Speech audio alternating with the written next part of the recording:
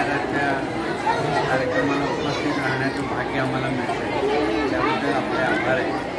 सगळ्यांना माझी विनंती आहे की आजच्या काळामध्ये हे जे धर्म टिकवून ठेवण्याचं काम करून सनातन संस्था करते, त्याच्यामध्ये ही सगळी मौलिक पुस्तक आहे, तर त्याचं जरूर अध्ययन करावं आणि त्याप्रमाणे आपला धर्म रक्षण आणि संवर्धन याची तुम्हाला नक्की दिशा मिळेल.